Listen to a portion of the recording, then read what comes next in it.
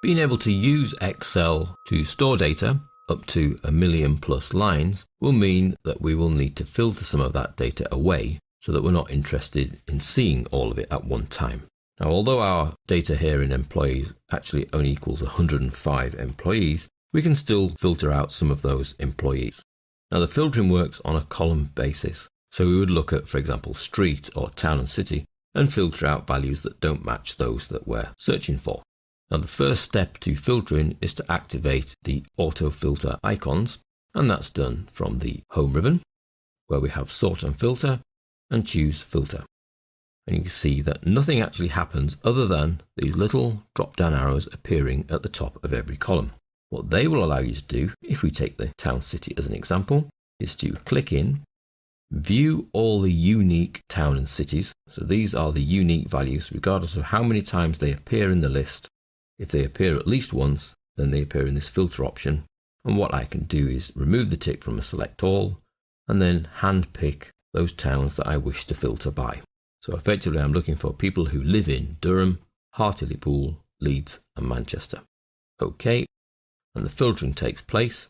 Now I know there's filtering in place because the row numbers go blue. So there's my indication. In the status bar at the bottom left, it says however many records. So in this case, 33 of 106 records. And the filter on the column that is being filtered by has a little filter icon. So instead of a drop down arrow as the others have, we have a filter icon on the town city column. Now you can compound your filters by choosing another column.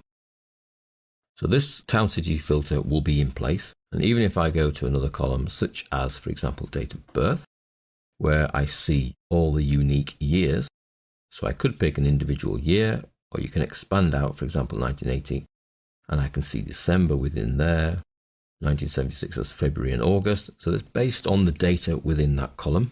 Or I can go to date filters, and there are some pre-built filters such as this month, next month, last month, next quarter.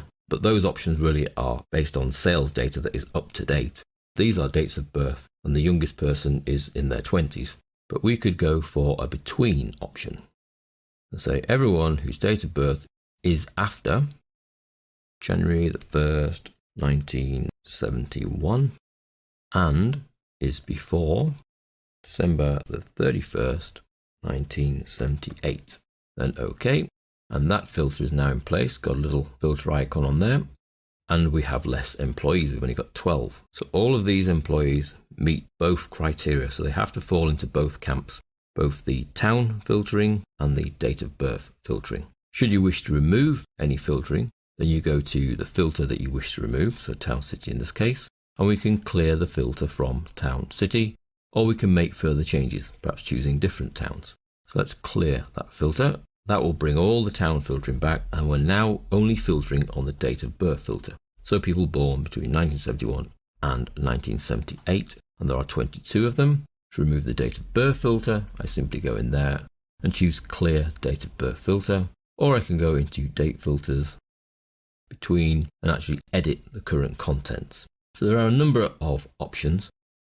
If I have a number of filters in place, and notice they do compound, so that filter works with that filter, works with that filter, and I want to remove them all at once, I can simply go to sort and filter and clear, and that will clear all filters that are in place. And then I can see all my data has returned because the row numbers are now black and green when highlighted, but they're not blue. And I could remove these little drop lists if I don't want them.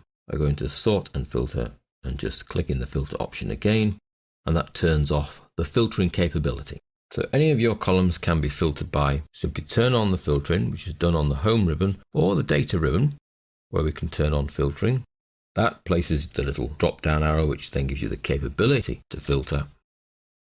Let's choose the salary this time. This being a numeric field, it shows all the unique values, or we can go into number filters and choose equals, not equal, greater than, or equal to, less than, etc. All the comparison filters there are built in straightforward English, so you know what you're going to get. So I'm going to go less than 20,000.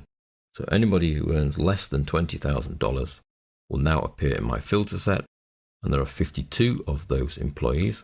And you can look down the salary and see that that is true. And then in the sex column, I'm going to choose 1, so remove 2 effectively. So that's only males. Okay. And I'm now looking at males who earn less than 20,000, and there are 25 of them.